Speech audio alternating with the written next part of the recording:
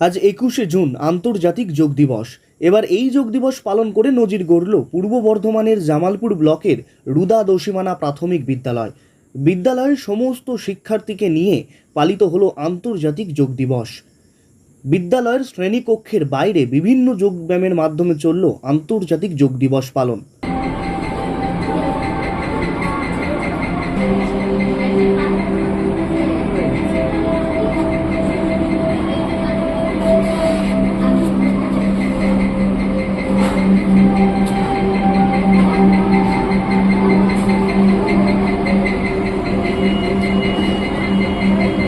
বিদ্যালয়ের এক শিক্ষক জানিয়েছেন, টিফিন টাইমের আগে পর্যন্ত ক্লাস চলেছিল, আর তারপরই সিদ্ধান্ত নেওয়া হয় এই যোগ দিবস পালনের।